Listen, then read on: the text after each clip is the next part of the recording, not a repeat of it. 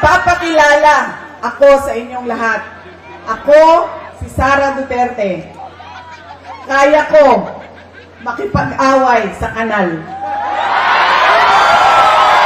So sa ngayon po ay hihimay-himayin natin kung ano ang ibig sabihin ng pinahayag ni Sara Duterte na kaya niyang makipag-away sa kanal. Okay? Ang ibig sabihin po ng pahayag ni Sara Duterte na kaya niyang makipag-away sa kanal ay isang metapora o matalinhagang pananalita.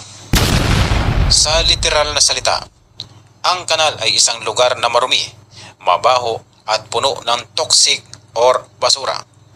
Isang lugar na iniiwasan ng mga tao.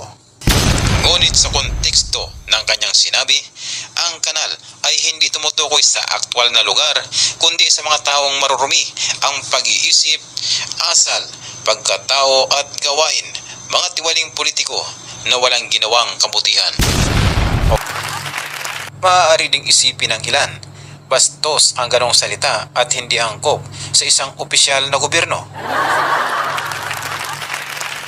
Huwag po nating kalilimutan na ang kanal ay patungkol sa mga taong marumi ang pag-iisip, asal, pagkatao at gawain, mga tiwaling politiko na walang ginawang kabutihan.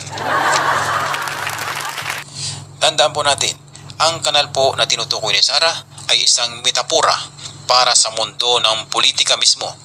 Ang isang mundong puno ng intriga, siraan, kasinungalingan at kababuyan, lalo na kapag kampanya o may agawan ng kapangyarihan.